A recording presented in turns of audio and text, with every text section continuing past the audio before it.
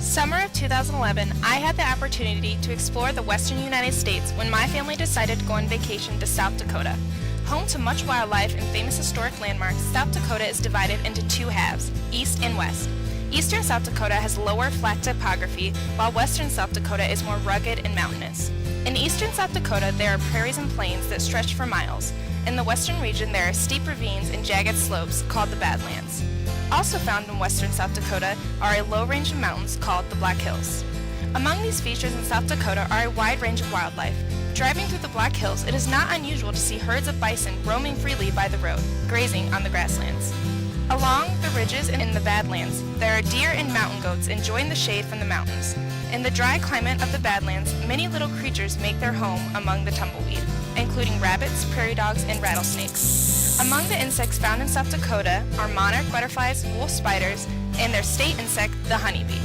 South Dakota is home to one of the most famous monuments in the U.S., Mount Rushmore. Displaying the massive heads of George Washington, Thomas Jefferson, Theodore Roosevelt, and Abraham Lincoln, they stand at 60 feet tall each. Another landmark I visited in South Dakota was the Crazy Horse Monument. It isn't finished yet, but it is being carved into the side of a mountain in the Black Hills. It is being built in honor of a Native American war leader, Crazy Horse, for his courage in standing up for his land. Also in the Black Hills is Custer State Park, a reserve for the wildlife of South Dakota.